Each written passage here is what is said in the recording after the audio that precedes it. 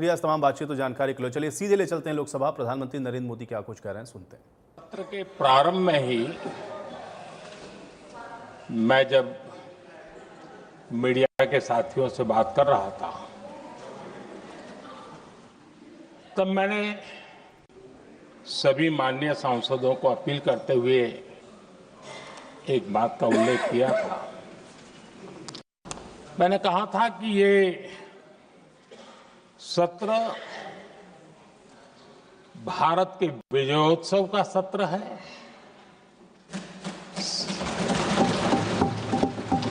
संसद का ये सत्र भारत के गौरवगान का सत्र है।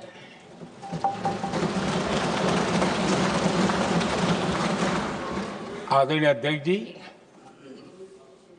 जब मैं विजयोत्सव की बात कर रहा हूं, तब मैं कहना चाहूंगा कि ये विजयोत्सव आतंकी हेडक्वार्टर्स को मिट्टी में मिलाने का है।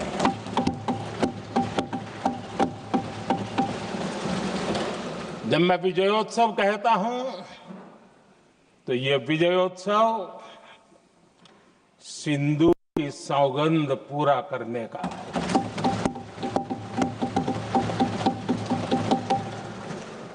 मैं जब ये विजयोत्सव कहता हूं, तो ये भारत की सेना के शौर्य और सामर्थ्य का विजय गाथा कह रहा है। जब मैं विजयोत्सव कह रहा हूं, तो 140 करोड़ भारतीयों की एकता, इच्छा शक्ति, उसके एक अप्रतिम जीत का विजयोत्सव की बात करता हूं। आदरणीय अध्यक्ष जी, मैं इसी विजय भाव से इस सदन में भारत का पक्ष रखने के लिए खड़ा हुआ।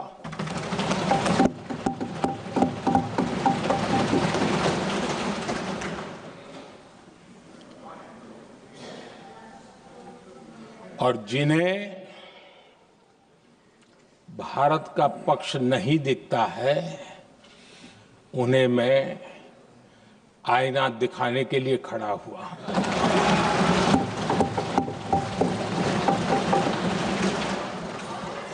आदरणीय अध्यक्ष जी, मैं 140 करोड़ देशवासियों की भावनाओं में अपना स्वर मिलाने के लिए उपस्थित हुआ हूं। ये 140 करोड़ देशवासियों की भावना के जो गूंज है, जिस सदन में सुनाई दी है, मैं उसे अपना एक स्वर मिलाने खड़ा हुआ। आदरणीय अध्यक्ष जी, ऑपरेशन सिंदूर के दरमियान जिस प्रकार से देश के लोगों ने मेरा साथ दिया, मुझे आशीर्वाद दिए, देश की जनता मुझ पर कर्ज है। मैं देशवासियों का आभार व्यक्त करता हूं। मैं देशवासियों का अभिनंदन करता हूं। आदरणीय अध्यक्ष जी, 22 अप्रैल को पहलगाम में जिस प्रकार की क्रूर घटना घटी, जिस प्रकार आतंकवादियों ने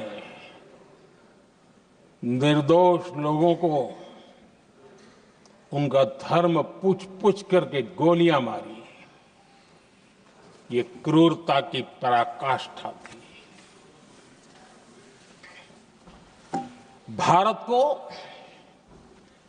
हिंसा की आग में झोंकने का ये सुविचारित प्रयास था। भारत में दंगे फैलाने की ये साजिश थी। मैं आज देशवासियों का धन्यवाद करता हूं कि देश ने एकता के साथ उस साजिश को नाकाम कर दिया।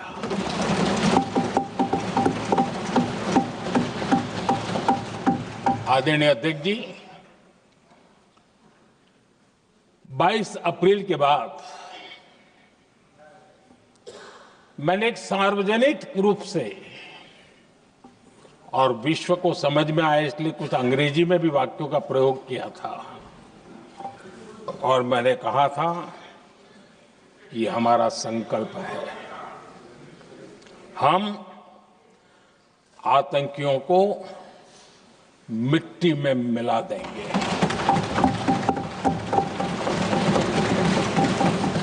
और मैंने सार्वजनिक रूप से कहा था, सजा उनके आकाओं को भी होगी और कल्पना से भी बड़ी सजा मिलेगी।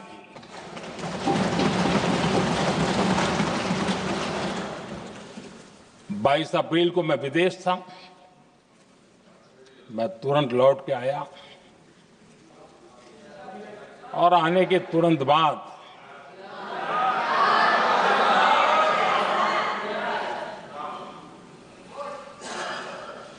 मैंने एक बैठक बुलाई और उस बैठक में हमने साफ साफ निर्देश दिए कि आतंकवाद को करारा जवाब देना होगा और ये हमारा राष्ट्रीय संकल्प है। आदरणीय अध्यक्ष जी, हमें हमारे सैन्य बलों की क्षमता पर पूरा विश्वास है, पूरा भरोसा है उनकी क्षमता पर, उनके सामर्थ्य पर, उनके साहस पर। सेना को कार्रवाई की खुली छूट दे दी गई और यह भी कहा गया कि सेना तय करें कब, कहां, कैसे, किस प्रकार से। ये सारी बातें उस मीटिंग में साफ साफ कह दी गई और कुछ बातें उसमें से मीडिया में शायद रिपोर्ट भी हुई है।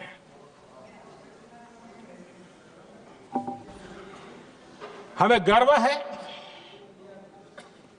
आतंकियों को वो सजा दी और सजा ऐसी है कि आज भी आतंक के उन आकाओं की नींद उड़ी हुई है।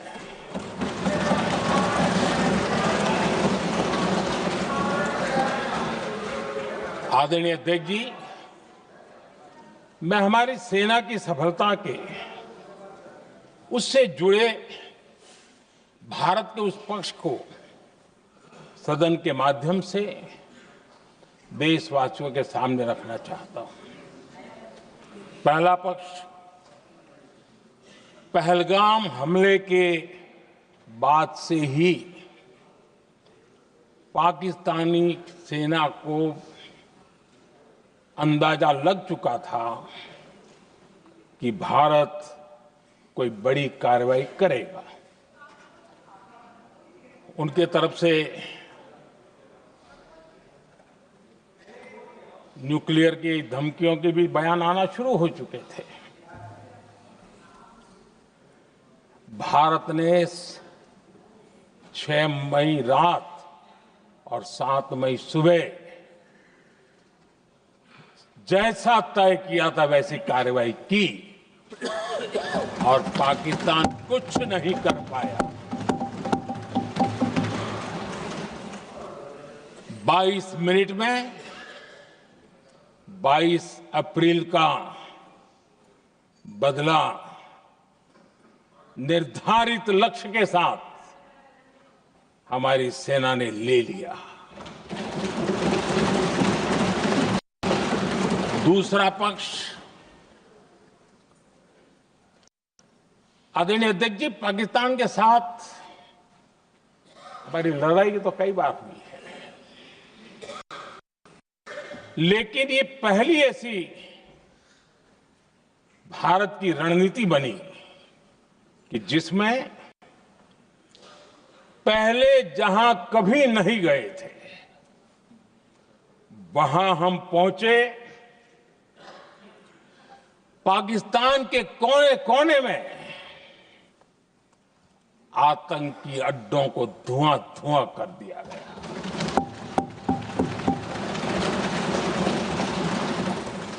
आतंक के गढ़ कोई सोच नहीं सकता कि वहां तक कोई जा सकता। बहावलपुर और मुर्गे उसको भी जमीन दोस्त कर दिया गया। आदरणीय अध्यक्ष जी, हमारे सेनाओं ने आतंकी अड्डों को तबाह कर दिया। तीसरा पक्ष, पाकिस्तान की न्यूक्लियर धमकी को हमने झूठा साबित कर दिया।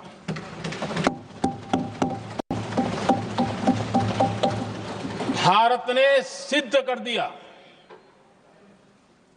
कि न्यूक्लियर ब्लैकमेलिंग अब नहीं चलेगा और न ही ये न्यूक्लियर ब्लैकमेलिंग के सामने भारत झुकेगा।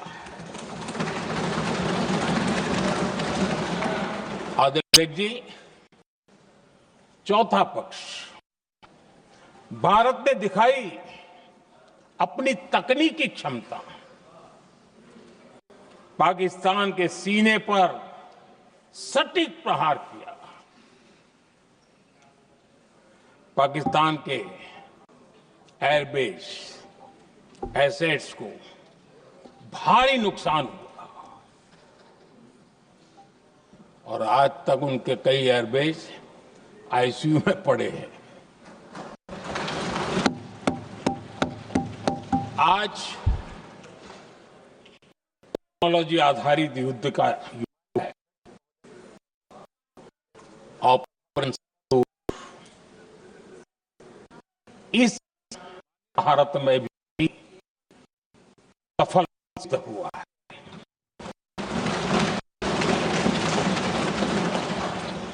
और पिछले 10 साल में जो हमने तैयारियां की हैं वो न की होती तो इस तकनीक के युग में हमारा कितना नुकसान हो सकता था, इसका हम अंदाज लगा सकते हैं।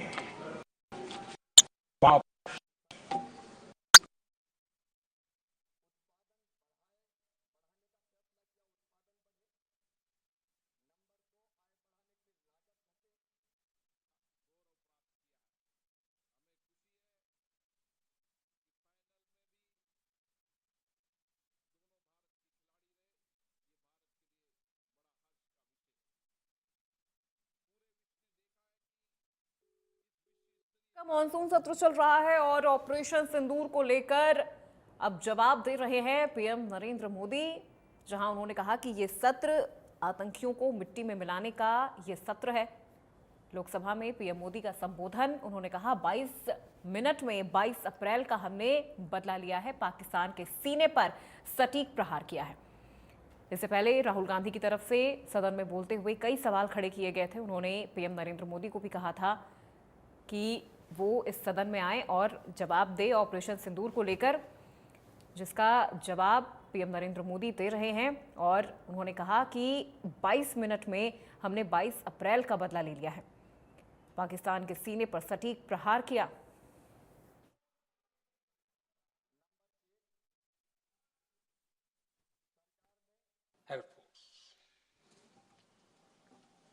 तीनों सेनाओं का जॉइंट एक्शन, इसके बीच की सिनर्जी,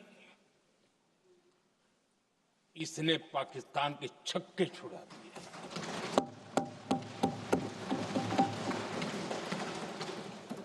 आदरणीय अध्यक्ष जी, आतंक की घटनाएं पहले भी देश में होती थी, लेकिन पहले आतंकवादियों के मास्टरमाइंड निश्चिंत होते थे और वो आगे की तैयारी में लगे रहते थे। उनको पता था कुछ नहीं होगा। लेकिन अब स्थिति बदल गई है। अब हमले के बाद मास्टरमाइंड को नींद नहीं आती। उनको पता है कि भारत आएगा और मार के जाएगा।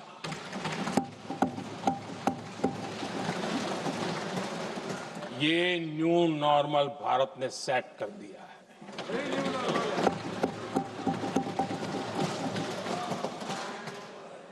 आदरणीय अध्यक्ष जी, दुनिया ने देख लिया कि हमारी कार्यवाही का दायरा कितना बड़ा, स्केल कितना बड़ा। सिंदूर से लेकर के सिंधु तक पाकिस्तान पर कार्रवाई की है। ऑपरेशन सिंदूर ने तय कर दिया कि भारत में आतंकी हमले की, उसके आकाओं को और पाकिस्तान को भारी कीमत चुकानी पड़ेगी। अब ऐसे ही नहीं जा सकते। आदरणीय अध्यक्ष जी, ऑपरेशन सिंदूर से स्पष्ट होता है कि 3 सूत्र तय किए हैं।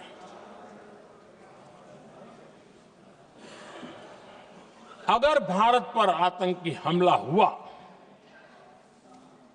तो हम अपने तरीके से, अपनी शर्तों पर, अपने समय पर जवाब दे करके रहेंगे।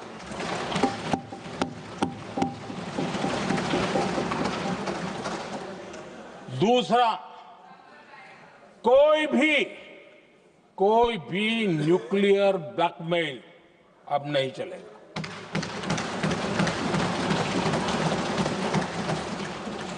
और तीसरा, हम आतंक की सरपरस्त सरकार और आतंक के आकाओं, उनको अलग अलग नहीं देखेंगे। आदरणीय अध्यक्ष जी,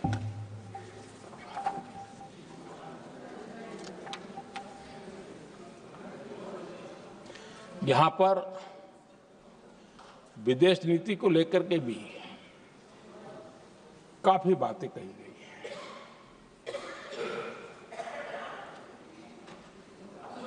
दुनिया के समर्थन को लेकर के भी काफी बातें कही गई हैं। मैं आज सदन में कुछ बातें पूरी स्पष्टता से कह रहा हूं। दुनिया में किसी भी देश ने भारत को अपनी सुरक्षा में कार्रवाई करने से रोका नहीं है।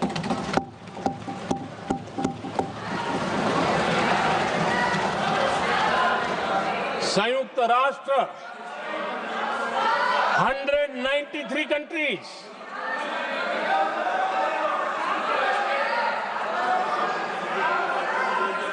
सिर्फ 3 देश 193 कंट्री में सिर्फ 3 देश ऑपरेशन सिंदूर के दौरान पाकिस्तान के समर्थन में बयान दिया था। Only 3 countries. क्वाड हो, ब्रिक्स हो, फ्रांस, रूस, जर्मनी, कोई भी देश का नाम ले लीजिए, तमाम देश दुनिया भर से भारत को समर्थन मिला है।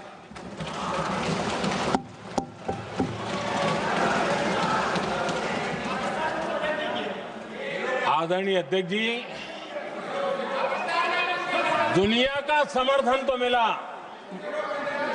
दुनिया के देशों का समर्थन मिला, माननीय है, लेकिन ये दुर्भाग्य है कि मेरे देश के वीरों के पराक्रम को कांग्रेस का समर्थन नहीं।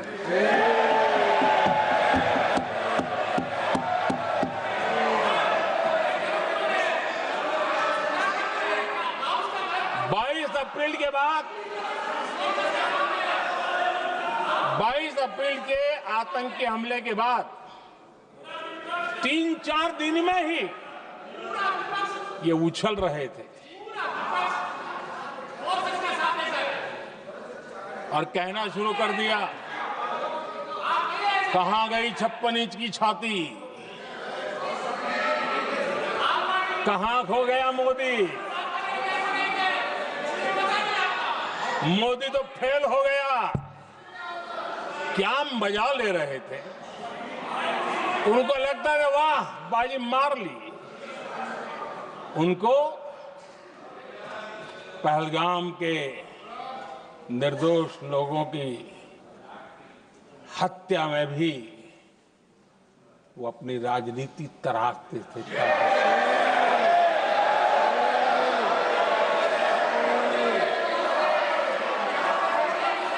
अपनी स्वार्थी राजनीति के लिए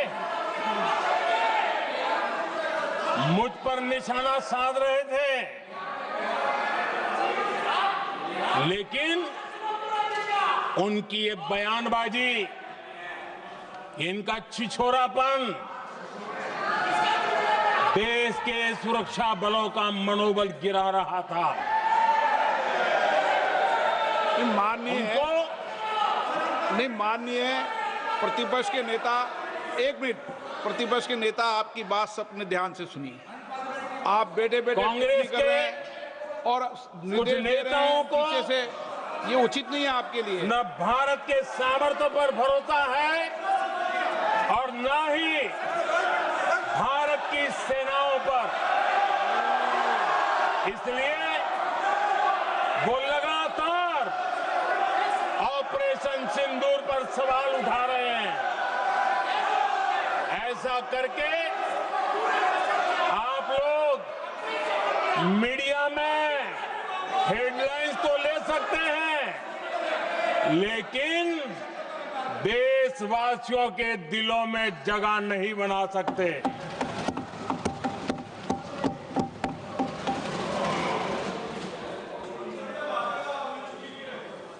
आदरणीय सभापति जी, आदरणीय अध्यक्ष जी, 10 मई को भारत ने ऑपरेशन सिंदूर के तहत हो रहे एक्शन को रोकने की घोषणा की। इसको लेकर यहां भांति भांति की बातें कही गई। ये वही प्रोपेगेंडा है जो सीमा पार से फैलाया गया है। कुछ लोग सेना द्वारा दिए गए तथ्यों की जगह पाकिस्तान के झूठ प्रचार को आगे बढ़ाने में जुटे हुए हैं।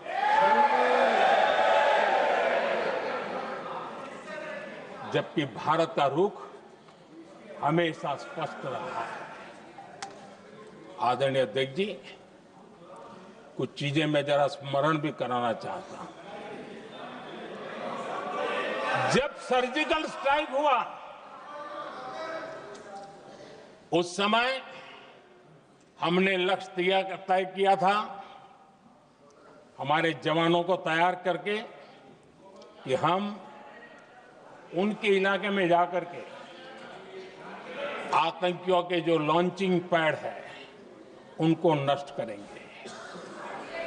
और सर्जिकल स्ट्राइक, एक रात के उस ऑपरेशन में हमारे लोग सूर्योदय होते होते काम पूरा करके वापस आए। लक्ष्य निर्धारित था कि ये करना है। जब बालाकोट एयर स्ट्राइक किया तो हमारा लक्ष्य तय था कि आतंकियों के जो ट्रेनिंग सेंटर्स है, इस बार हम उसको तबाह करेंगे, और हमने वो भी करके दिखाया।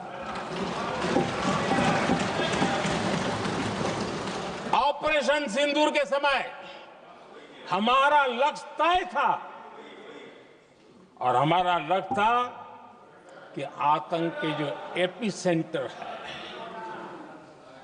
और पहलगाम के आतंकियों को जहां से पुरजोश योजना बनी, ट्रेनिंग मिली, व्यवस्था मिली, उस पर हमला करेंगे। हमने उनके नाभि पर हमला कर दिया।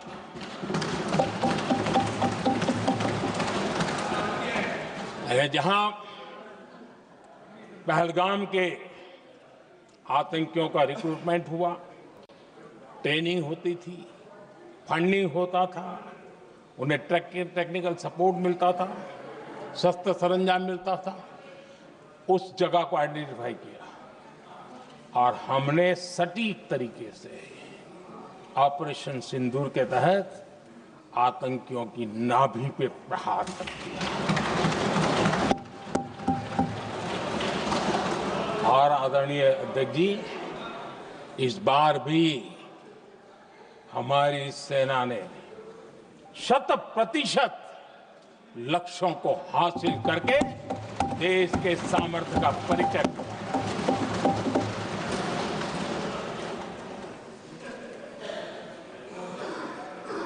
कुछ लोग जानबूझकर के कुछ चीजें भूलने में इंटरेस्टेड होते हैं। देश भूलता नहीं है, देश को याद है। 6 रात और 7 मई सुबह ऑपरेशन हुआ था और 7 मई को सुबह भारत ने प्रेस कॉन्फ्रेंस हमारी सेना ने की और इस प्रेस कॉन्फ्रेंस में भारत ने स्पष्ट कर दिया था और पहले दिन से क्लियर था कि हमारा लक्ष्य है आतंकियों के आका, आतंकियों की जो व्यवस्थाएं जहां से होती है वो और उनके अड्डे, उनको हम ध्वस्त करना चाहते थे और हमने प्रेस कॉन्फ्रेंस में कह दिया था, हमने हमारा काम कर दिया है, हमने जो तय किया था पूरा कर दिया है। और इसलिए 6-7 मई को ऑपरेशन हमारा संतोषजनक होने के तुरंत बाद कल जो राजनाथ जी ने कहा था, मैं डंके की चोट पर दोबारा दोहराता हूं, भारत की सेना ने पाकिस्तान की सेना को चंद मिनटों में बता दिया कि हमारा ये लक्ष्य था, हमने लक्ष्य पूरा कर दिया है, ताकि उनको पता चले और हमें भी पता चले कि उनके दिल दिमाग में क्या चलता है।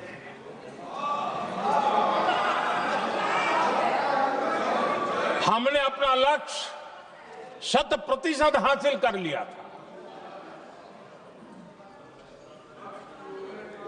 और पाकिस्तान में समझदारी होती तो आतंकियों के साथ खुलेआम खड़े रहने की गलती न करता। उसने निर्लज्ज होकर के आतंकवादियों के साथ खड़े रहने का फैसला किया। हम पूरी तरह तैयार थे, हम भी मौके की तलाश में थे, लेकिन हमने दुनिया को बताया था कि हमारा लक्ष्य आतंकवाद है, आतंकवादी आका है, आतंकवादी ठिकाने हैं, वो हमने पूरा कर दिया। लेकिन जब पाकिस्तान ने आतंकियों की मदद में आने का फैसला किया और मैदान में उतरने की हरकत की, तो भारत की सेना ने सालों तक याद रह जाए ऐसा करारा जवाब दे करके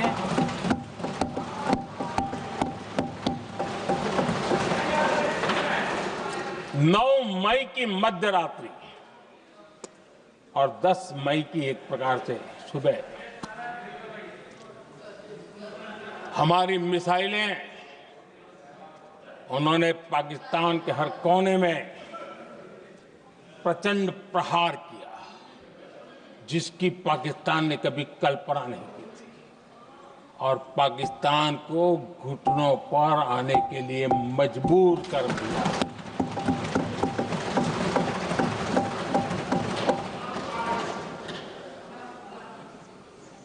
और आपने टीवी में भी देखा है, वहां से क्या बयान आते थे। पाकिस्तान के लोग, अरे मैं तो स्विमिंग पूल में नहा रहा था, कोई कह रहा था मैं तो दफ्तर जाने की तैयारी कर रहा था, हम कुछ सोचे पहले तो भारत ने तो हमला कर दिया। ये पाकिस्तान के लोगों के बयान है और देश ने देखे हैं। स्विमिंग पूल में नहा रहा था।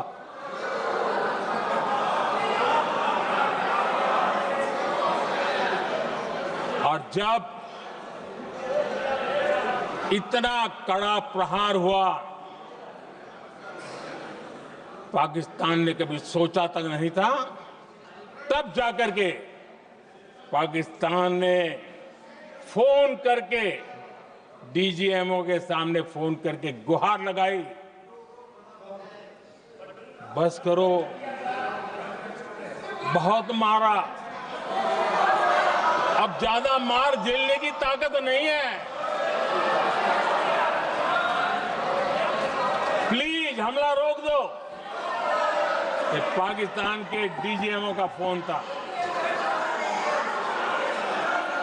और भारत ने तो पहले दिन ही कह दिया था, 7 तारीख सुबह की प्रेस देख लीजिए, कि हमने हमारा लक्ष्य पूरा कर दिया है, अगर आप कुछ करोगे तो महंगा पड़ेगा। और आप धीरे ऐसे कैसे चलता है? प्लीज,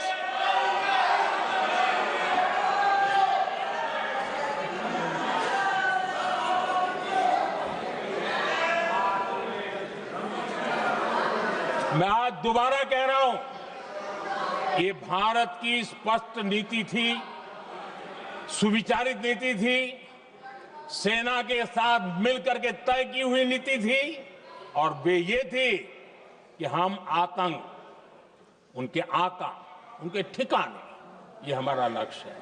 और हमने कहा, पहले दिन प्रेस कॉन्फ्रेंस में कहा है कि हमारा एक्शन नॉन एक्सीलेटरी है, ये हमने कह करके किया है। और इसके लिए साथियों हमने हमला रोका। अध्यक्ष जी,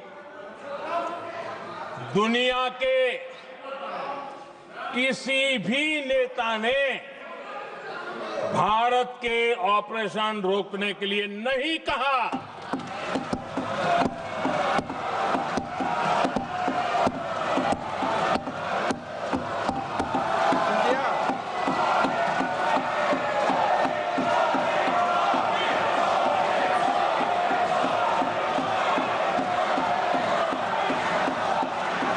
उसी दौरान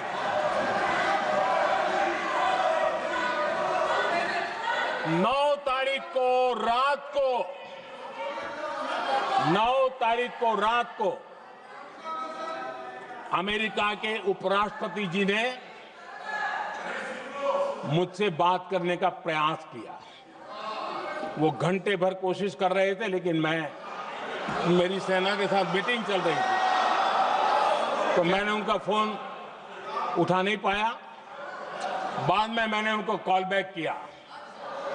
मैंने कहा कि आपका फोन था, 3-4 बार आपका फोन आ गया, क्या है? तो अमेरिका के उपराष्ट्रपति जी ने मुझे फोन पे बताया कि पाकिस्तान बहुत बड़ा हमला करने वाला है, ये उन्होंने मुझे बताया। मेरा जो जवाब था,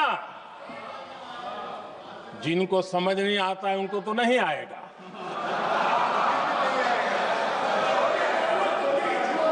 मेरा जवाब था, अगर पाकिस्तान का ये इरादा है तो उसे बहुत महंगा पड़ेगा। ये मैंने अमेरिका के उपराष्ट्रपति को कहा।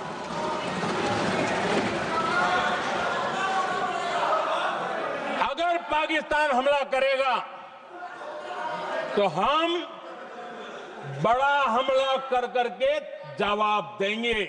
ये मेरा जवाब था। और आगे मेरा एक वाक्य था, मैंने कहा था हम गोली का जवाब गोले से देंगे। ये 9 तारीख रात की बात है और 9 रात में और 10 सुबह हमने पाकिस्तान को सैन्य शक्ति को तहस नहस कर दिया था। और यही हमारा जवाब था, यही हमारा जज्बा था। और आज पाकिस्तान भी भली भांति जान गया है कि भारत का हर जवाब पहले से ज्यादा तगड़ा होता है।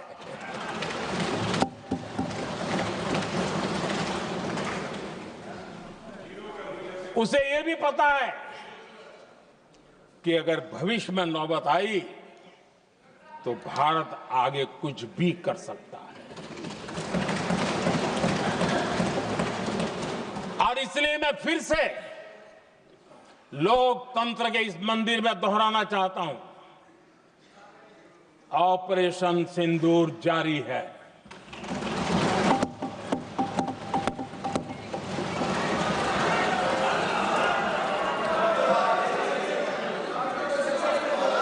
पाकिस्तान ने दुस्साहस की अगर कल्पना की तो उसे करारा जवाब दिया जाएगा।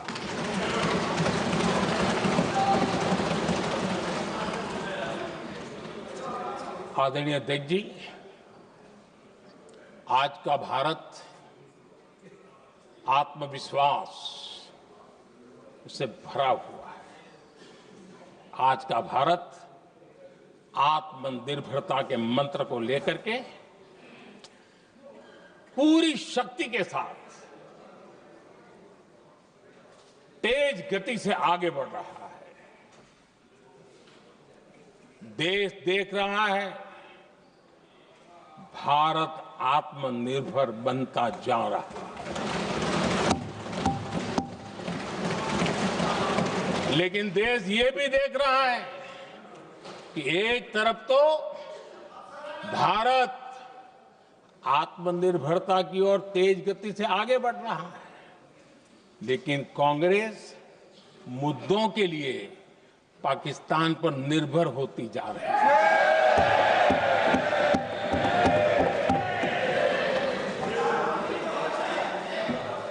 मैं आज पूरा दिन देख रहा था, जो 16 घंटे से जो चर्चा चल रही है, दुर्भाग्य से प्लीज बैठिए, सब जवाब दे दिया आपका। आप सुनते नहीं, सबका जवाब दे दिया। प्लीज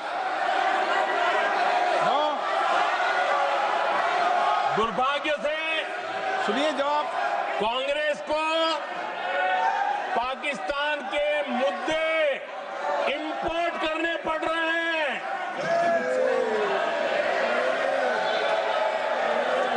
आदरणीय अध्यक्ष जी, आज के वॉरफेयर में इंफॉर्मेशन और नैरेटिव्स की प्लीज बैठिए। बहुत बड़ी भूमिका है।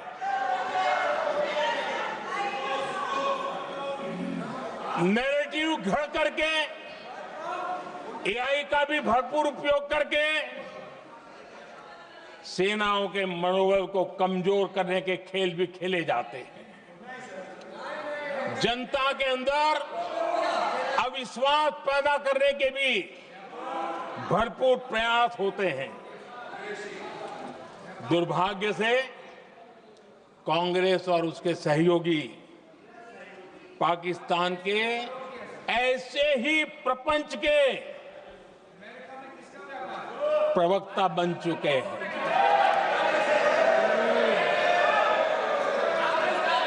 आदरणीय अध्यक्ष जी, देश की सेना ने, आदरणीय अध्यक्ष जी, ये तरीका है देश आपका? की सेना ने, बैठिए बैठिए। देश की सेना ने सर्जिकल स्ट्राइक की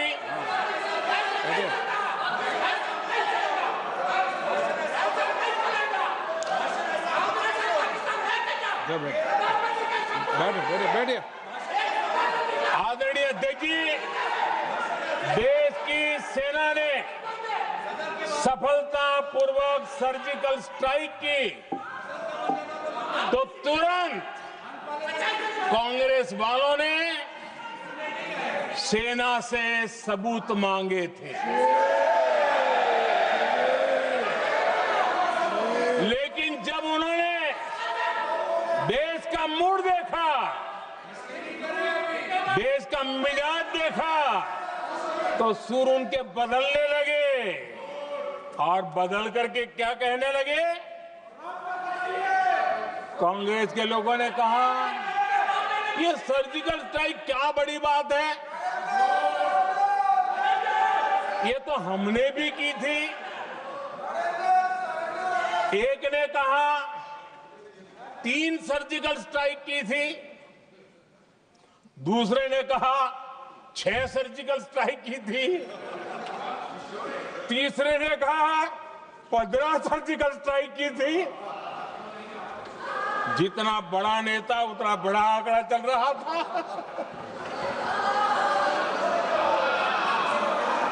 आदरणीय अध्यक्ष जी, इसके बाद बालाकोट में सेना ने एयर स्ट्राइक की। अब एयर स्ट्राइक तो ऐसी थी कि वो कुछ कह नहीं सकते थे, इसलिए ये तो नहीं कहा कि भाई हमने भी की थी।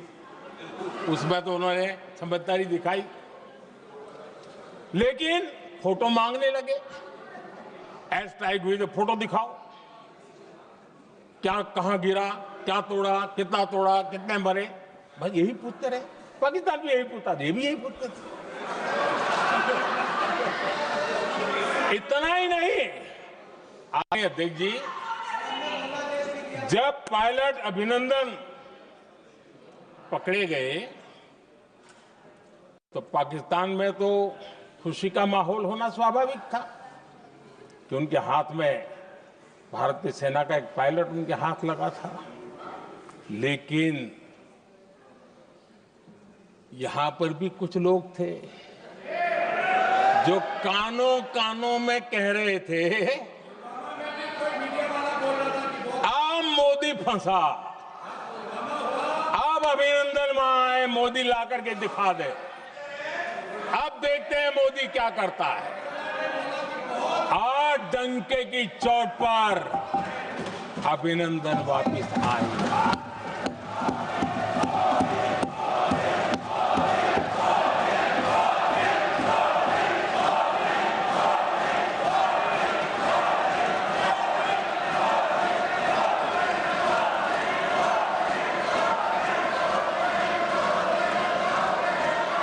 अभिनंदन को ले आए तो इनकी बोलती बंद हो गई।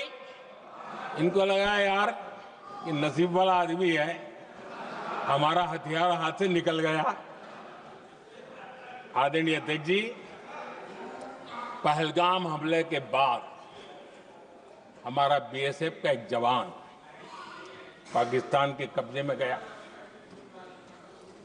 तो फिर इनको लगा वाह बड़ा मुद्दा हाथ में आ गया है, हम मोदी फंस जाएगा। अब तो मोदी की फजीयत जरूर होगी। और उनकी इकोसिस्टम ने सोशल मीडिया में बहुत सारी कथाएं वायरल की कि ये बीएसएफ के जवान का क्या होगा, उसके परिवार का क्या होगा, ये वापस आएगा, कब आएगा, कैसे आएगा, न जाने क्या क्या चला दिया। आदरणीय अध्यक्ष जी, बीएसएफ का वो जवान भी आन बान शान के साथ वापस आया।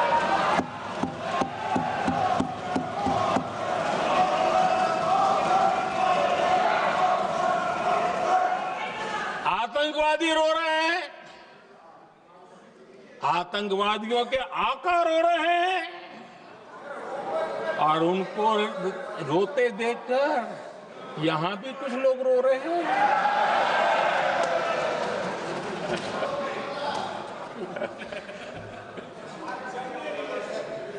अब देखिए, सर्जिकल स्ट्राइक चल रही थी, उसके बाद उन्होंने एक खेल खेलने की कोशिश की, बात जमी नहीं। एयर स्ट्राइक हुई तो दूसरा खेल खेलने की कोशिश की, वो भी जमी नहीं। जब ये ऑपरेशन सिंदूर हुआ तो उन्होंने नया पैंतरा शुरू किया। और क्या शुरू किया? रोक क्यों दिया? पहले तो मानने को तैयार नहीं थे कि मुक्त करते, अब कहते रोक क्यों दिया। बाहरे बयान बहादुरों,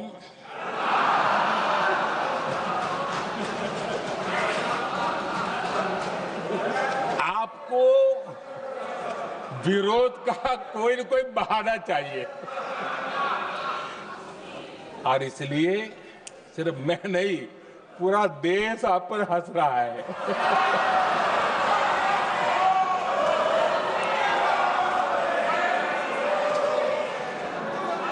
आदरणीय अध्यक्ष जी, सेना का विरोध, सेना के प्रति एक पता नहीं नेगेटिविटी, ये कांग्रेस का पुराना रवैया रहा है। देश ने अभी अभी करगिल विजय दिवस मनाया, लेकिन देश पूरी तरह जानता है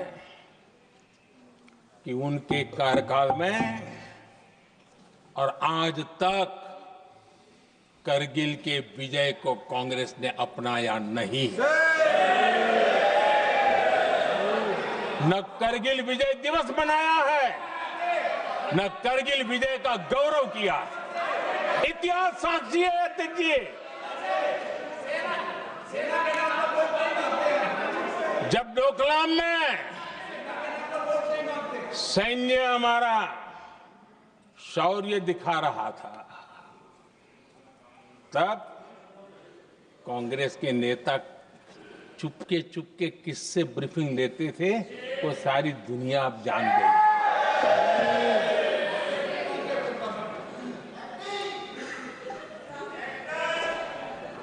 आप निकाल दीजिए पाकिस्तान के सारे बयान, और यहां हमारा विरोध करने वाले लोगों के बयान, फुल स्टॉप कॉमा के साथ एक है। क्या कहेंगे इसको? और बुरा लगता है सच बोलते हैं तो। पाकिस्तान के साथ सुर में सुर मिला दिया जाता है। आदरणीय अध्यक्ष जी, देश हैरान है, कांग्रेस ने पाकिस्तान को क्लीन चिट दे दी है।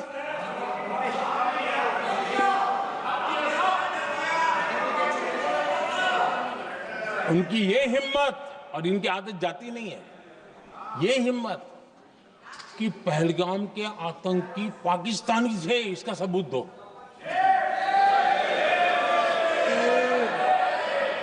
क्या कह रहे हो तुम लोग? तो कौन सा तरीका है? और यही मांग पाकिस्तान कर रहा है जो कांग्रेस कर रही है। और आदरणीय अध्यक्ष जी, आज जब सबूतों की कोई कमी नहीं है, सब कुछ आंखों के सामने दिखता है, तब ये हालत है।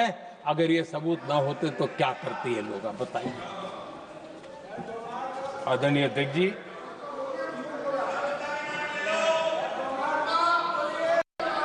अध्यक्ष जी, ऑपरेशन सिंदूर के एक पार्ट की तरफ तो भी बहुत होती है, ध्यान भी जाता है, लेकिन देश के लिए कुछ गौरव की क्षणें होती है, ताकत के परिचय होता है, उसकी तरफ भी ध्यान जाना बहुत आकर्षित है।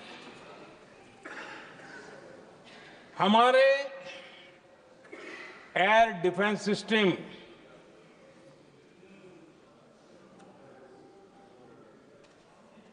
दुनिया में इसकी चर्चा है। हमारे एयर डिफेंस सिस्टम ने पाकिस्तान की मिसाइल और ड्रोन्स उसको तिनके की तरफ बिखेर दिया था।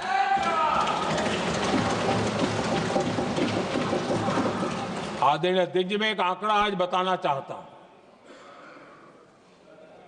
पूरा देश गर्व से भर जाएगा। कुछ लोगों का क्या होगा मैं नहीं जानता, पूरा देश गर्व से भर जाएगा। 9 मई को पाकिस्तान ने करीब 1000 मिसाइलों और आर्म ड्रोन्स के भारत पर बहुत बड़ा हमला करने की कोशिश की। 1000 ये मिसाइलें भारत के किसी भी हिस्से पर गिरती तो वहां भयंकर तबाही मचती, लेकिन 1000 मिसाइल्स और ड्रोन्स को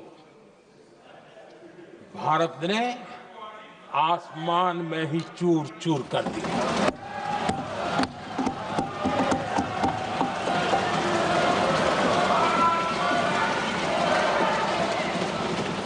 हर देशवासी को इससे गर्व हो रहा। लेकिन जैसे कांग्रेस के लोग इंतजार कर रहे थे, कुछ तो गड़बड़ होगी यार, मोदी मरेगा, कहीं तो फंसेगा।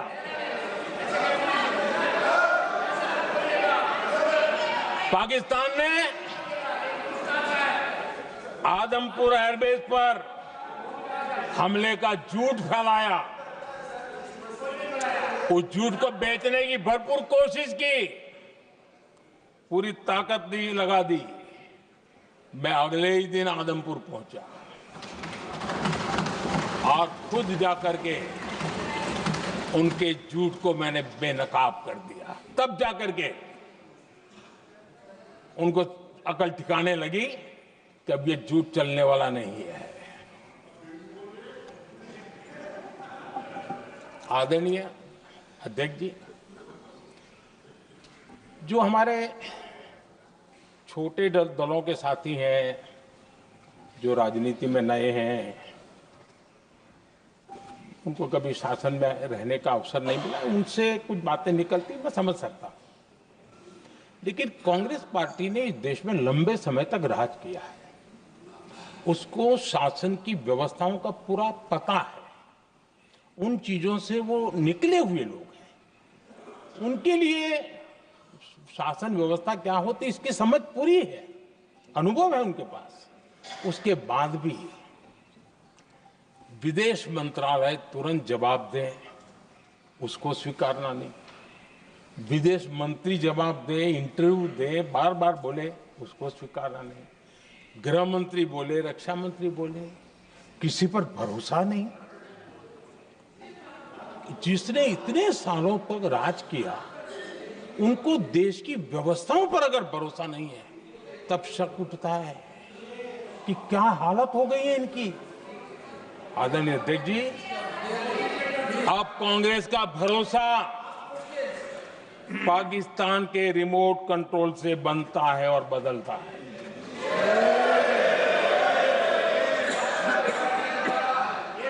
आदरणीय अध्यक्ष जी, एक बिल्कुल कांग्रेस के नए सदस्य, यानी उनको तो क्षमा करनी चाहिए, नए सदस्य को क्या कहेंगे, लेकिन कांग्रेस के आका जो उनको लिख करके देते हैं और उनसे बुलवाते हैं, खुद में हिम्मत नहीं है, उनसे बुलवाते हैं कि ऑपरेशन सिंदूर ये तो तमाशा था, ये आतंकवादियों ने जिन 26 लोगों को मौत के घाट उतारा था ना, उस भयंकर क्रूर घटना पर ये तेजाब छिड़कने वाला पाप है। तमाशा कहते हो? आपकी असहमति हो सकती है, और ये कांग्रेस के नेता बुलवाते हैं।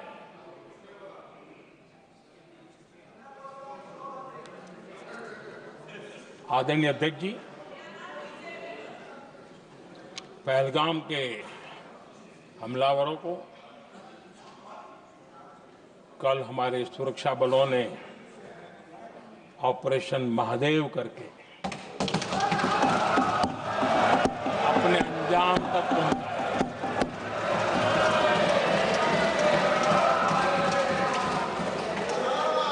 लेकिन मैं हैरान हूं कि यहां ठहाके लगा के पूछा गया कि आखिर ये कल ही क्यों हुआ।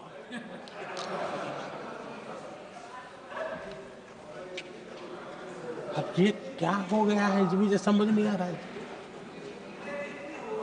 क्या ये ऑपरेशन के लिए कोई सावन महीने का सोमवार ढूंढा गया था क्या? क्या हो गया है लोगों को? हताशा, निराशा इस हद तक।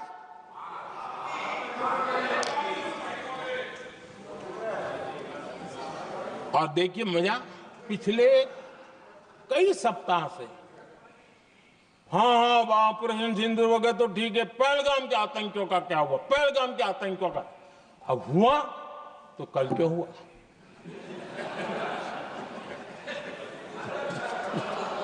और कल ही क्यों हुआ?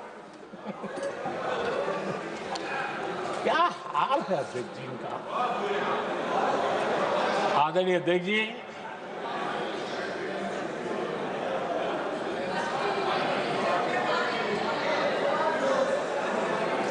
आदरणीय अध्यक्ष जी,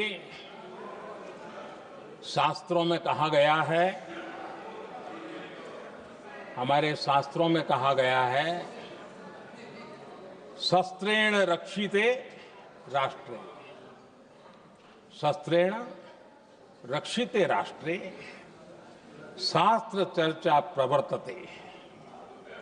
अर्थात जब राष्ट्र शस्त्र से सुरक्षित होते हैं तभी वहां शास्त्र की, ज्ञान की चर्चाएं जन्म ले पाती है। जब सीमा पर सेनाएं मजबूत होती है तभी लोकतंत्र प्रखर होता है। आदरणीय अध्यक्ष जी, ऑपरेशन सिंदूर बीते दशक में भारत की सेना के सशक्तिकरण का एक साक्षात प्रमाण है। ऐसे ही नहीं हुआ है। कांग्रेस के शासन के दौरान सेनाओं को आत्मनिर्भर बनाने के संबंध में सोचा तक नहीं जाता था। आज भी आत्मनिर्भर शब्द की मजाक उड़ाई जाती है। वैसे वो महात्मा गांधी से आया हुआ है, लेकिन आज भी मजाक उड़ाई जाती है। हर रक्षा सौदे में कांग्रेस अपने मौके खोजती रहती थी।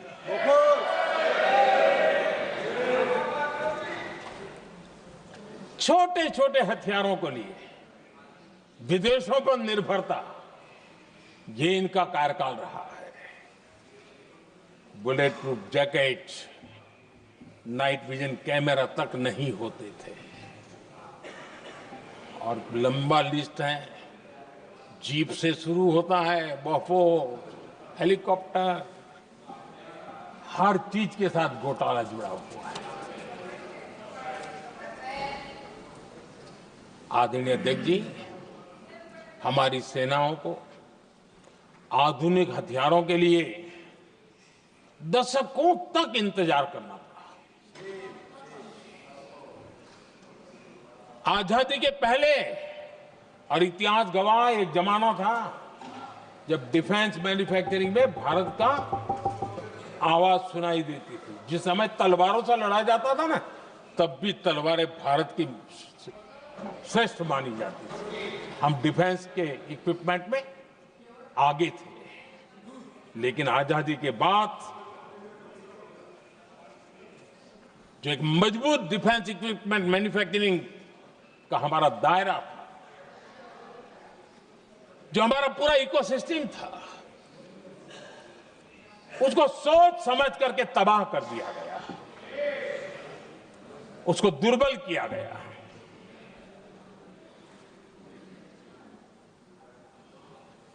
रिसर्च और मैन्युफैक्चरिंग के लिए रास्ते बंद कर दिए गए। अगर इसी नीति पर हम चलते तो भारत इस 21वीं सदी में ऑपरेशन सिंदूर के संबंध में सोच भी नहीं सकता। यह हालत करके रखा हुआ था उन्होंने। भारत को सोचना पड़ता कि अगर कोई एक्शन लेना है तो शस्त्र कहां से मिलेंगे, साधन कहां से मिलेगा, बारूद कहां से मिलेगा, समय पर मिलेगा या नहीं मिलेगा, बीच बचाव में रुक तो नहीं जाएगा, ये टेंशन पालना पड़ता है।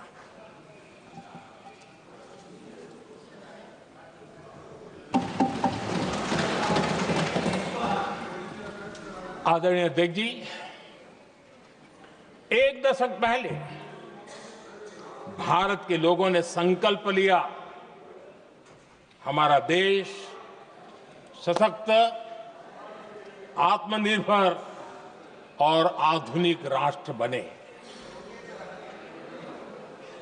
रक्षा, सुरक्षा, हर क्षेत्र में बदलाव के लिए एक के बाद एक ठोस कदम उठाए गए, सीरीज ऑफ रिफॉर्म्स किए गए और देश में सेना में जो रिफॉर्म्स हुए हैं, जो आजादी के बाद पहली बार हुए।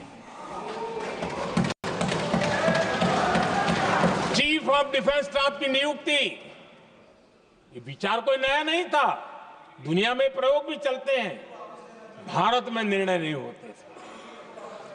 हमने, ये बहुत बड़ा रिफॉर्म था, हमने किया और बहुत ही, मैं हमारी तीनों सेनाओं का अभिनंदन करता हूं कि व्यवस्था को उन्होंने दिल से सहयोग किया है, दिल से स्वीकार किया है।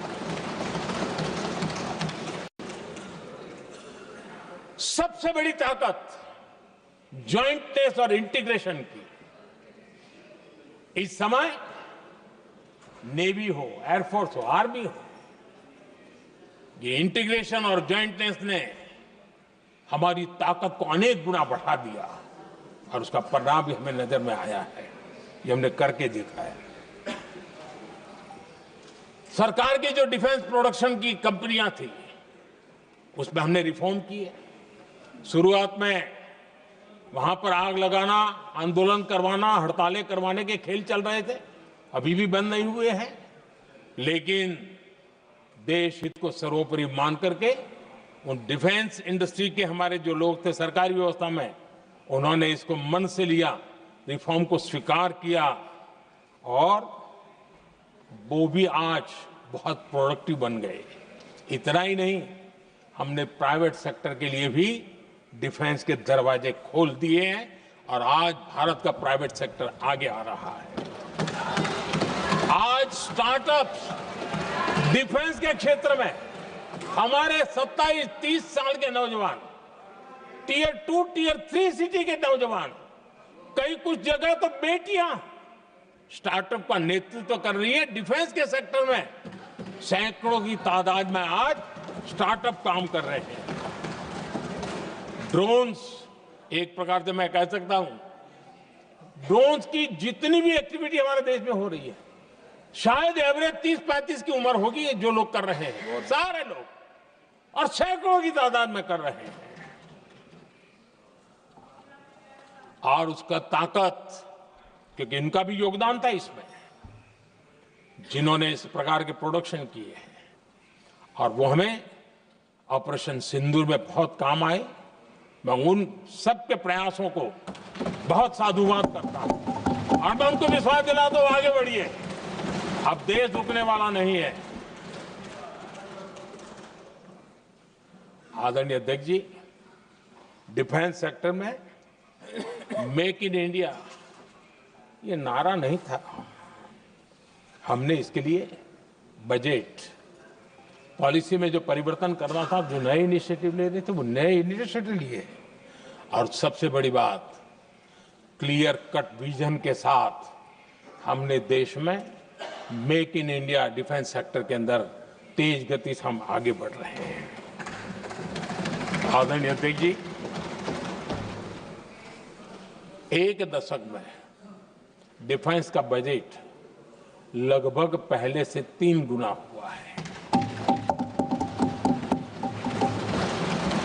डिफेंस प्रोडक्शन में करीब 250% वृद्धि हुई है, 250% वृद्धि हुई है।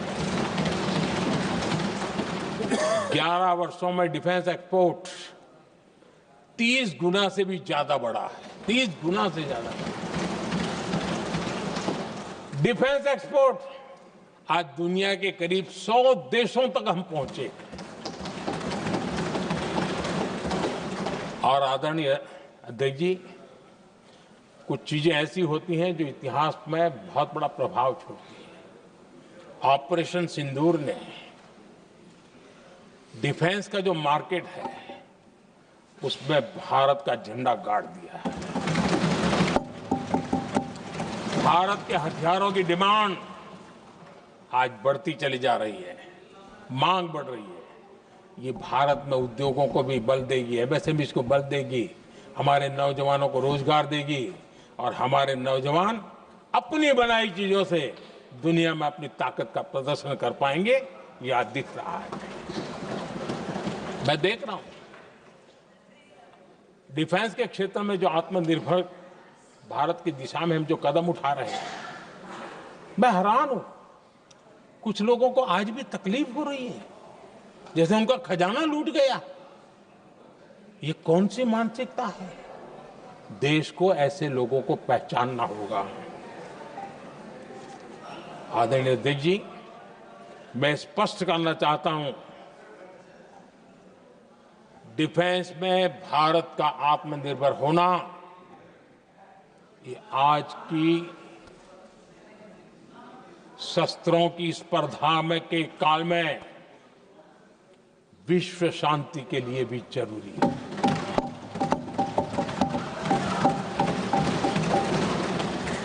मैं पहले भी कह चुका हूं, भारत युद्ध का नहीं बुद्ध का देश है। हम समृद्धि शांति चाहते हैं, लेकिन हम ये कभी न भूले कि समृद्धि का और शांति का रास्ता शक्ति से ही गुजरता है।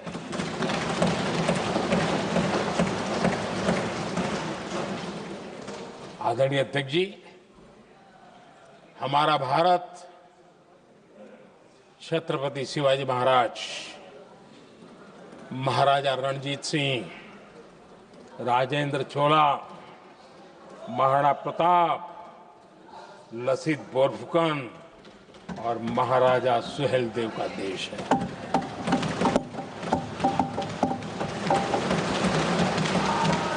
आदरणीय अध्यक्ष जी, हम विकास और शांति के लिए सामरिक सामर्थ्य पर भी फोकस करते हैं। आदरणीय अध्यक्ष जी,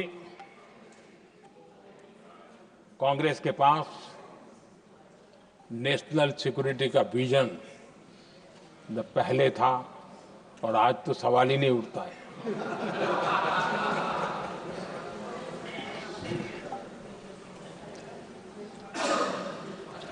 कांग्रेस ने हमेशा नेशनल सिक्योरिटी पर समझौता किया।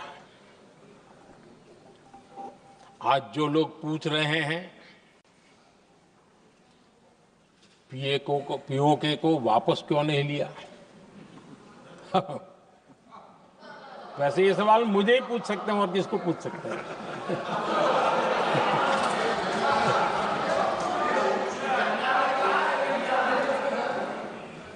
लेकिन इसके पहले जवाब देना होगा पूछने वालों को। किसकी सरकार ने पीओके पर पाकिस्तान को कब्जा करने का अवसर दिया? जवाब साफ है, जवाब साफ है। जब भी मैं नेहरू जी की चर्चा करता हूं तो कांग्रेस और उसका पूरा इकोसिस्टम बिलबिला जाता है। पता नहीं क्या है। आदरणीय अध्यक्ष जी, हम एक शेर सुना करते थे, मुझे ज्यादा इसका ज्ञान तो नहीं है लेकिन सुनते थे। लम्हों ने खता की और सदियों ने सजा पाई। आजादी के बाद से ही जो फैसले लिए गए उनकी सजा आज तक देश भुगत रहा है।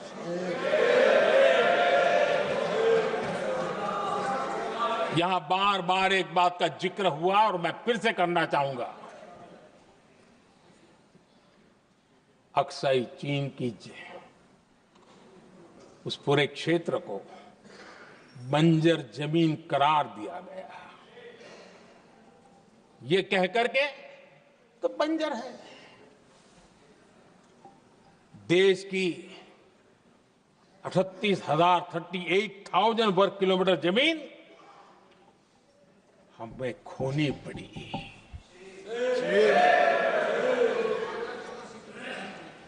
आदरणीय अध्यक्ष जी, मैं जानता हूं मेरी कुछ बातें चुभने वाली है। 1962 और 1963 के बीच कांग्रेस के नेता जम्मू कश्मीर के पूंछ, उरी, नीलम वैली और किशनगंगा को छोड़ देने का प्रस्ताव रख रहे थे। भारत की भूमि, आदरणीय अध्यक्ष जी, और वो भी लाइन ऑफ पीस के नाम पर किया जा रहा था। 1966 रण ऑफ कच्छ पर इन्हीं लोगों ने मध्यस्थता स्वीकार की। ये था उनका राष्ट्रीय सुरक्षा का विजन। एक बार फिर उन्होंने भारत का करीब 800 वर्ग किलोमीटर क्षेत्र पाकिस्तान को सौंप दिया, जिसमें छड़बेट भी शामिल है, कि कहीं उसको छड़ाबेट भी कहते हैं। 1965 की जंग में हाजीपीर पास को हमारी सेना ने वापस जीत लिया था, लेकिन कांग्रेस ने उसे फिर लौटा दिया। 1971 पाकिस्तान के 93,000 फौजी हमारे पास बंदी थे। पाकिस्तान का हजारों वर्ग किलोमीटर एरिया हमारी सेना ने कब्जा किया था। हम बहुत कुछ कर सकते थे, विजय की स्थिति में थे। उस दौरान अगर थोड़ी सा विजन होता, थोड़ी सी समझ होती, तो पीओके वापस लेने का निर्णय हो सकता। वो मौका था, वो मौका भी छोड़ दिया गया। अरे इतना ही नहीं, इतना सारा जब सामने टेबल पर था, अरे कम से कम करतारपुर साहब को तो ले सकते थे, वो ही नहीं कर पाया। 1974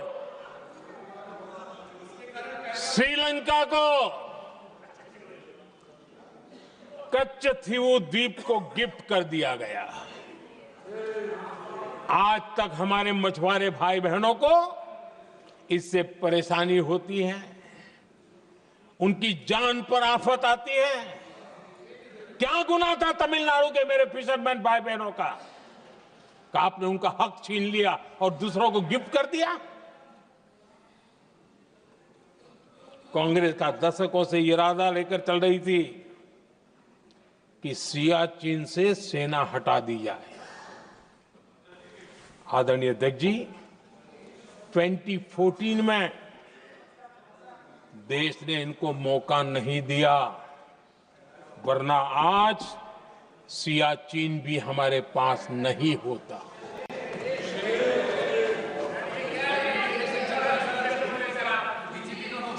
आदरणीय अध्यक्ष जी, आजकल कांग्रेस के जो लोग हमें डिप्लोमेसी का पाठ पढ़ा रहे हैं,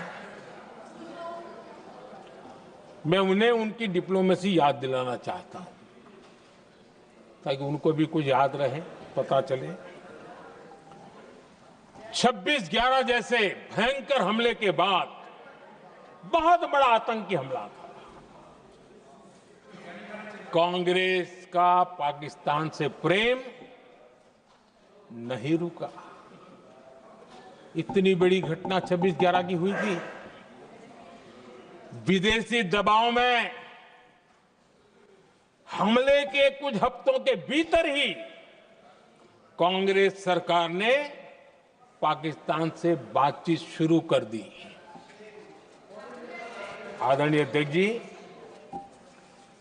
कांग्रेस सरकार ने 26/11 की इतनी बड़ी घटना के बाद भी एक भी डिप्लोमेट को भारत से बाहर निकालने की हिम्मत नहीं की। छोड़ो इधर, एक वीजा तक कैंसिल नहीं किया, एक वीजा तक कैंसिल नहीं कर पाए थे। देश पर पाकिस्तानी स्पॉन्सर बड़े बड़े हमले होते गए, लेकिन यूपीए सरकार ने पाकिस्तान को मोस्ट फेवर्ड नेशन का दर्जा देकर रखा था। वो कभी वापस नहीं लिया था। एक तरफ देश मुंबई के हमले का ये न्याय मांग रहा था, दूसरी तरफ कांग्रेस पाकिस्तान के साथ व्यापार करने में लगी थी।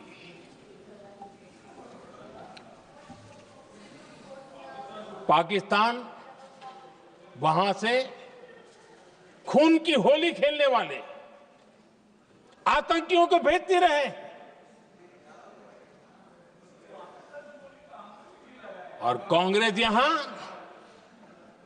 अमन की आश के मुशायरे किया करती थी। मुशायरे होते थे। हमने आतंकवाद और अमन की आस का ये वन वे ट्रैफिक बंद कर दिया।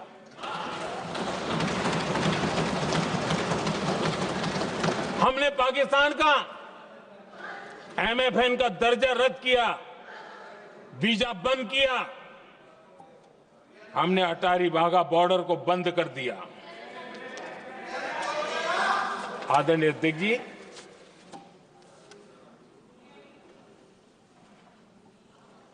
भारत के हितों को गिरवी रख देना ये कांग्रेस की पार्टी की पुरानी आदत है। इसका सबसे बड़ा उदाहरण सिंधु जल समझौता है। सिंधु जल समझौता किसने किया? नेहरू जी ने किया। और मामला किससे जुड़ा था? भारत से निकलने वाली नदियां, हमारे यहां से निकली हुई नदियां, उसका वो पानी था। और वो नदियां हजारों साल से भारत की सांस्कृतिक विरासत रही है, भारत की चैतन्य शक्ति रही है। भारत को सुजलाम सुफलाम बनाने में उन नदियों का बहुत बड़ा योगदान रहा है। सिंधु नदी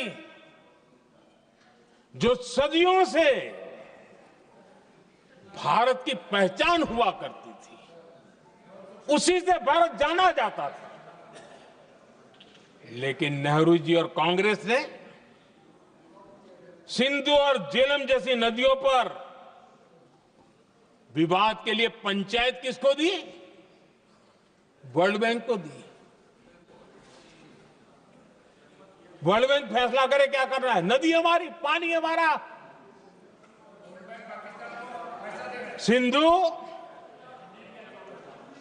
सिंधु जल समझौता सीधा सीधा भारत की अस्मिता और भारत के स्वाभिमान के साथ किया गया बहुत बड़ा धोखा था।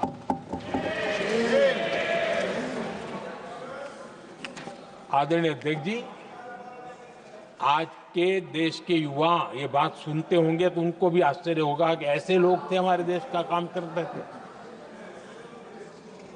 नेहरू जी ने इस ट्रीटी करी और क्या किया, ये जो पानी था, जो नदियां थी, जो भारत से निकल रही थी, उन्होंने 80% पानी पाकिस्तान को देने के लिए वो राजी हो गए।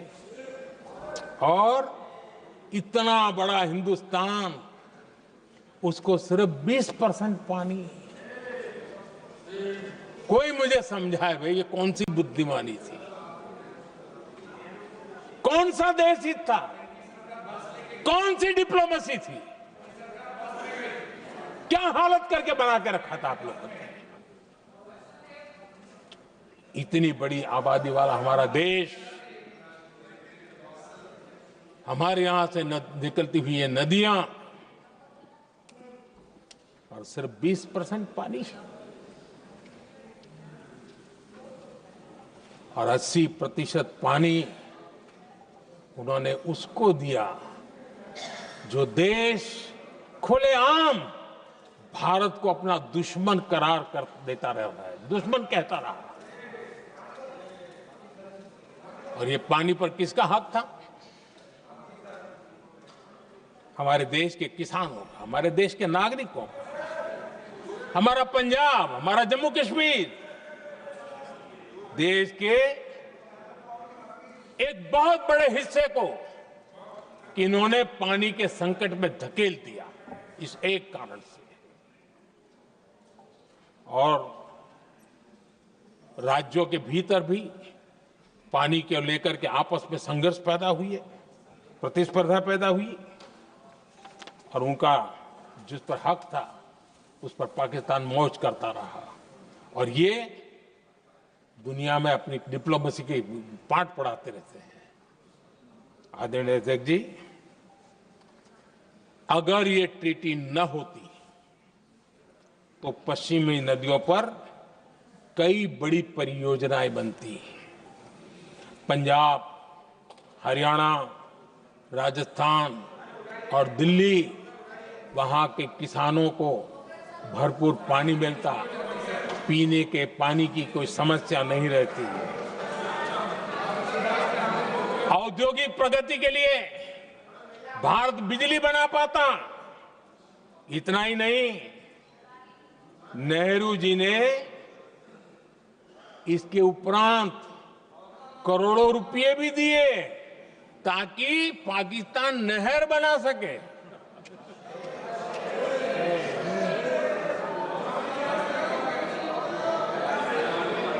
आदरणीय अध्यक्ष जी, इससे भी बड़ी बात, देश चौंक जाएगा। ये चीजें छिपाई गई है, दबा दी गई है। कहीं भी बांध बनता है तो उसमें एक मैकेनिज्म होता है उसकी सफाई का, डीसिल्टिंग का। उसमें जो मिट्टी भर जाती है, बाकी घास वगैरह आकर के भर जाता है तो उसकी कैपेसिटी कम होती है, तो उसकी सफाई के लिए यानी इनबिल्ट व्यवस्था होती है। नेहरू जी ने पाकिस्तान के कहने पर यह शर्त स्वीकार की है कि इन बांध में जो मिट्टी आएगी, कूड़ा कचरा आएगा और बांध भर जाएगा, इसकी सफाई नहीं कर सकते, डीसिल्टिंग नहीं कर सकते हैं। बांध हमारे यहां, पानी हमारा, लेकिन निर्णय पाकिस्तान का कि आप डीसिल्टिंग नहीं कर सकते। इतना ही नहीं, जब इस बार मैं डिटेल में गया तो एक बांध तो ऐसा है कि जहां ये डीसिल्टिंग के लिए जो गेट होता है ना, उसको वेल्डिंग कर दिया गया है ताकि कोई गलती से भी खोल करके वो मिट्टी को निकाल ना दे। पाकिस्तान ने नेहरू जी से लिखवा लिया था कि भारत बिना पाकिस्तान की मर्जी अपने बांधों में जमा होने वाली मिट्टी साफ नहीं करेगा, डिसिल्टिंग नहीं करेगा। ये समझौता देश के खिलाफ था और बाद में नेहरू जी को भी ये गलती माननी पड़ी। इस समझौते में निरंजन दास गुलाटी करके एक सज्जन उसमें जुड़े हुए थे। उन्होंने एक किताब लिखी है। उस किताब में उन्होंने लिखा है कि फरवरी 1961 में नेहरू ने उनसे कहा था, गुलाटी, मुझे उम्मीद थी कि यह समझौता अन्य समस्याओं के समाधान का रास्ता खोलेगा, लेकिन हम वहीं हैं जहां पहले थे। ये नेहरू जी ने कहा। नेहरू जी केवल तत्कालिक प्रभाव देख पा रहे थे, इसलिए उन्होंने कहा कि हम वहीं के वहीं हैं, लेकिन सच्चाई ये कि इस एग्रीमेंट के कारण देश बहुत पिछड़ गया, देश बहुत पीछे चल गया और देश का बहुत नुकसान हुआ। हमारे किसानों को नुकसान हुआ, हमारी खेती को नुकसान हुआ। और नेहरू जी उस डिप्लोमेसी को जानते थे जिसमें किसान का कोई वजूद ही नहीं था। यह हाल करके रखा था उन्होंने। आदरणीय अध्यक्ष जी, पाकिस्तान आगे दशकों तक भारत के साथ युद्ध और छद्म युद्ध, प्रॉक्सी वॉर करता ही रहा, लेकिन कांग्रेस की सरकारों ने बाद में भी सिंधु जल समझौते की तरफ देखा तक नहीं, नेहरू जी की गलती को सुधारा तक नहीं। आदरणीय अध्यक्ष जी, लेकिन अब भारत ने पुरानी गलती को सुधारा है, ठोस निर्णय लिया है। भारत ने नेहरू जी द्वारा किए गई बहुत बड़ी ब्लंडर, सिंधु जल समझौते को देश हित में, किसानों के हित में एबेंस में रख दिया है। देश का अहित करने वाला ये समझौता अब इस रूप में आगे नहीं चल सकता। भारत ने तय कर दिया है, खून और पानी साथ साथ नहीं बह सकते।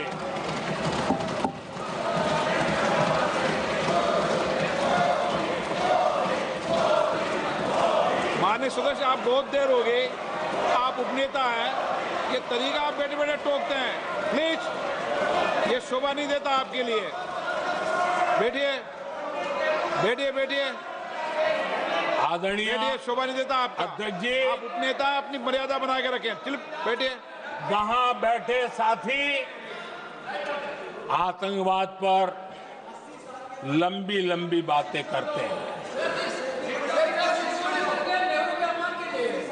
जब ये सत्ता में जुड़े हुए हैं, जब इनको राज करने का अवसर मिला था, तब देश का हाल क्या है, क्या रहा था, वो आज भी देश भूला नहीं है। 2014 से पहले देश में असुरक्षा का जो माहौल था, अगर वो आज याद भी करे ना, तो लोग सिहर जाते हैं। आदरणीय अध्यक्ष जी, हम सबको याद है, जो नई पीढ़ी के बच्चे हैं उनको पता नहीं है, हम सबको पता है। हर जगह पर अनाउंसमेंट होता था, रेलवे स्टेशन पर जाओ, बस स्टैंड पर जाओ, एयरपोर्ट पर जाओ, बाजार में जाओ, मंदिर में जाओ, कहीं पर भी जाओ, जहां भी भीड़ होती है, कोई भी लावारिस चीज दिखे छूना मत, पुलिस को तुरंत जानकारी देना, वो बम हो सकता है। हम 2014 तक यही सुनते आए थे, ये हालात करके रखा था। देश के कोने कोने में यही हाल था। माहौल ये था कि जैसे कदम कदम पर बम बिछे हैं और खुद को ही नागरिकों ने बचाना है, उन्होंने हाथ ऊपर कर दिए थे, अनाउंस कर दिया। आदरणीय अध्यक्ष जी, कांग्रेस की कमजोर सरकारों के कारण देश को कितनी जानें गंवानी पड़ी, हमें अपनों को खोना पड़ा। आदरणीय अध्यक्ष जी, आतंकवाद पर ये लगाम लगाई जा सकती थी। हमारी सरकार ने 11 साल में ये करके दिखाया, एक बहुत बड़ा सबूत है। 2004 से 14 के बीच जो आतंकी घटनाएं होती थी, उन घटनाओं में बहुत बड़ी कमी आई है। इसलिए देश भी जानना चाहता है, अगर हमारी सरकार आतंकवाद पर नकेल कस सकती है तो कांग्रेस सरकारों की ऐसी कौन सी मजबूरी थी कि आतंकवाद को फलने फूलने दिया। आदरणीय अध्यक्ष जी, कांग्रेस के राज में आतंकवाद अगर फला फूला है तो उसका एक बड़ा कारण इनकी तुष्टीकरण की राजनीति है, वोट बैंक की राजनीति है।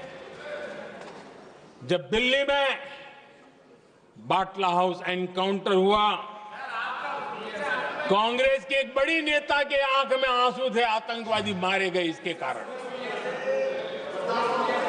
और वोट पाने के लिए इस बात को हिंदुस्तान के कोने कोने में पहुंचाया गया। आदरणीय अध्यक्ष जी, 2001 में देश की संसद पर हमला हुआ था। तब कांग्रेस के एक बड़े नेता ने अफजल गुरु को बेनिफिट ऑफ डाउट देने की बात कही थी। आदरणीय अध्यक्ष जी, मुंबई में 26/11 का इतना बड़ा आतंकी हमला हुआ, एक पाकिस्तानी आतंकी जिंदा पकड़ा गया। पाकिस्तान की मीडिया ने, दुनिया ने यह स्वीकार किया कि यह पाकिस्तानी है, लेकिन यहां कांग्रेस पार्टी इतना बड़ा पाकिस्तान का पाप, इतना बड़ा पाकिस्तानी आतंकी हमला, और ये क्या खेल खेल रहे थे? वोट बैंक की राजनीति के लिए क्या कर रहे थे? कांग्रेस पार्टी इसको भगवा आतंक सिद्ध करने में जुटी हुई है।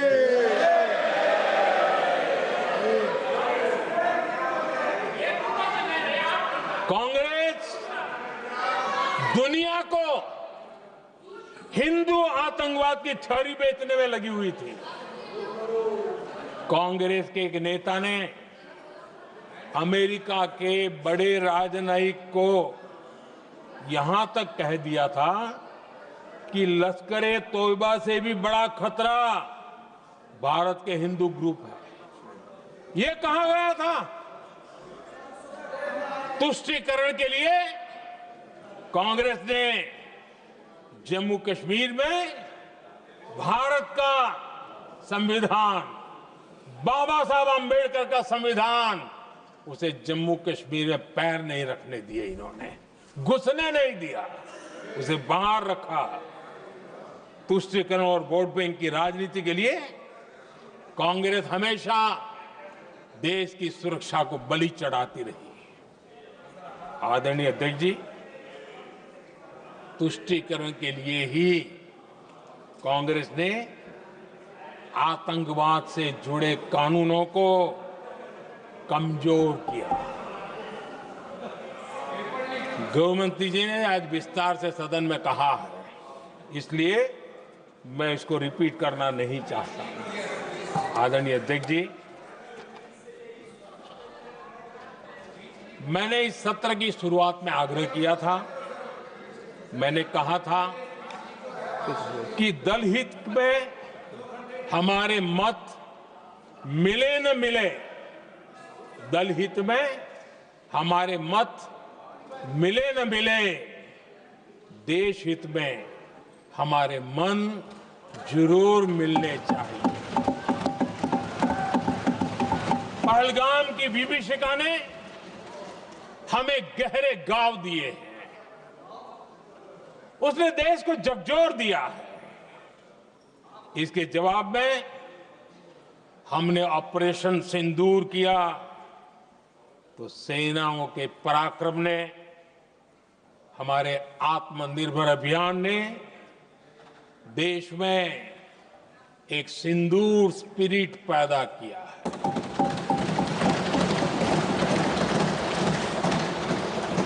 ये सिंदूर स्पिरिट हमने तब भी देखी जब दुनिया भर में हमारे प्रतिनिधि मंडल भारत की बात बताने गए। मैं उन सभी साथियों को बहुत बहुत बधाई देता हूं। आपने बहुत ही प्रभावी ढंग से भारत की बात डंके की चोट पर दुनिया के सामने रखी। लेकिन मुझे दुख इस बात का है, हैरानी भी है, जो खुद को कांग्रेस के बड़े नेता समझते हैं, उनके पेट में दर्द हो रहा है कि भारत का पक्ष दुनिया के सामने क्यों रखा गया है।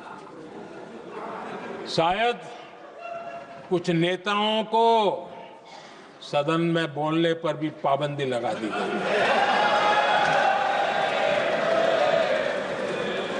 आदरणीय अध्यक्ष जी, इस मानसिकता से बाहर निकलने की जरूरत है। कुछ पंक्तियां मेरे मन में आती हैं, मैं अपने भाव व्यक्त करना चाहता हूं। आदरणीय अध्यक्ष जी, करो चर्चा और इतनी करो, करो चर्चा और इतनी करो कि दुश्मन दहशत से दहल उठे, दुश्मन दहशत से दहल उठे। रहे ध्यान बस इतना ही, रहे ध्यान बस इतना ही, मान सिंदूर और सेना का प्रश्नों में भी अटल रहे। हमला मां भारती पर हुआ अगर, तो प्रचंड प्रहार करना होगा। दुश्मन जहां भी बैठा हो, हमें भारत के लिए ही जीना होगा। मेरा कांग्रेस के साथियों से आग्रह है कि एक परिवार के दबाव में पाकिस्तान को क्लीन चिट देना बंद कर दें। जो देश की विजय की क्षण है, कांग्रेस उसे देश के उपहास का क्षण न बनाए। कांग्रेस अपनी गलती सुधारें। मैं आज सदन में फिर स्पष्ट करना चाहता हूं, अब भारत आतंक की नर्सरी में ही आतंकियों को मिट्टी में मिलाएगा।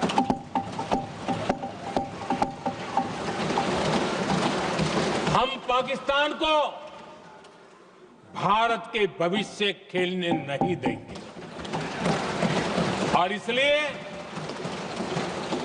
ऑपरेशन सिंदूर खत्म नहीं हुआ है, ऑपरेशन सिंदूर जारी है।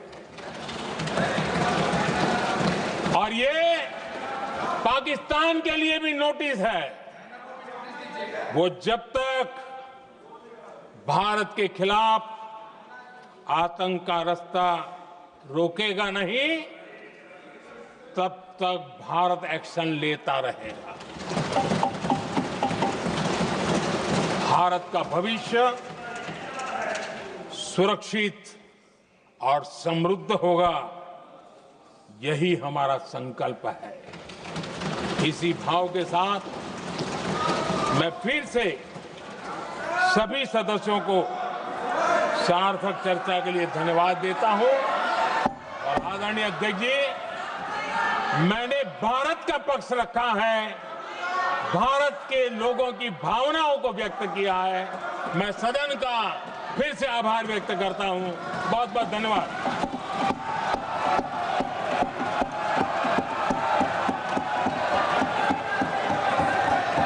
सभा की कार्रवाई बुधवार दिनांक 30 जुलाई 2000।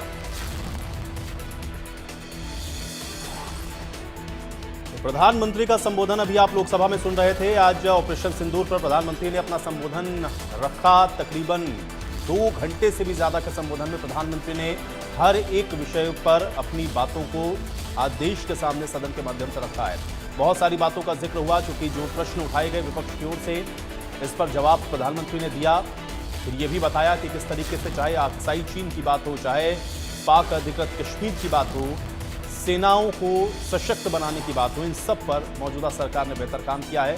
पुरानी सरकारों का भी उन्होंने हवाला देते हुए बताया कि कैसे पाक अधिकृत कश्मीर हुआ, कैसे आक्साई चीन हुआ। इन सारी बातों को कहते हुए उन्होंने जमकर हमला भी बोला है। ऑपरेशन सिंदूर पर भी स्पष्ट किया उन्होंने कि मैंने ये कहा कि हम गोली का जवाब गोले से देंगे, और दुनिया के किसी नेता के भी कहने पर कोई सीज़फायर नहीं किया गया है। ये बात भी प्रधानमंत्री ने आज सदन के माध्यम से देश के सामने रखी है। सिंधु जल समझौते का भी जिक्र प्रधानमंत्री ने आज अपनी बातों में किया। फिर से उन्होंने ये दोहराया कि सिंधु जल समझौते की वजह से भारत को कितना नुकसान हुआ। ये जल समझौता नेहरू ने करवाया और 80% पानी इसका पाकिस्तान को गया, और हमने इसको रोका है। ये बात भी आज प्रधानमंत्री ने सदन के माध्यम से कही है। तो तकरीबन 2 घंटे से भी ज़्यादा आज प्रधानमंत्री ने हर एक उस विषय पर जो विपक्ष की ओर से सवाल उठाए गए, उन बातों का जिक्र करते हुए पूर्ववर्ती सरकारों को लेकर के उन्होंने निशाना साधा और ये बताया कि कैसे ऑपरेशन सिंदूर की सफलता से भारत की एक नई जो सामरिक ताकत है उसको विश्व ने अब पहचाना है।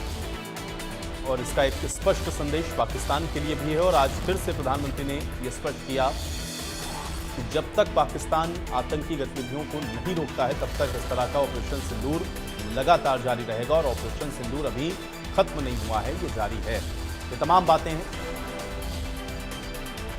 भारत पुरानी गलतियों को सुधार रहा है। किसान हित में हमने सिंधु जल समझौते को निरस्त किया, ये बात प्रधानमंत्री ने कही। कांग्रेस ने नेहरू की गलती को नहीं सुधारा, इस बात को भी प्रधानमंत्री ने आज एक बार फिर से सदन के जरिए रखा।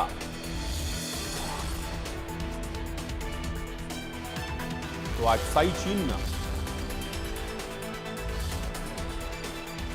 कांग्रेस की गलती से हमें खोना पड़ा और अब भारत लगातार अपनी पुरानी गलतियों को सुधार रहा है, ये बात आज प्रधानमंत्री ने कही है। बहुत सारी बातें प्रधानमंत्री ने आज कही हर एक विषय पर। जो आप देख रहे थे कि लगातार प्रश्न उठाए जा रहे थे, आज उन तमाम प्रश्नों का जवाब प्रधानमंत्री की ओर से दिया गया। और एक सबसे महत्वपूर्ण बिंदु जिसका जिक्र बार बार विपक्ष ने किया कि प्रधानमंत्री ये बताएं कि क्या अमेरिका के कहने पर यह सीज़फायर हुआ। आज फिर से प्रधानमंत्री ने स्पष्ट किया कि दुनिया के किसी देश के किसी भी नेता के कहने से भारत ने इस ऑपरेशन को नहीं रोका। ये बात प्रधानमंत्री ने आज सदन के पटल पर भी कही है।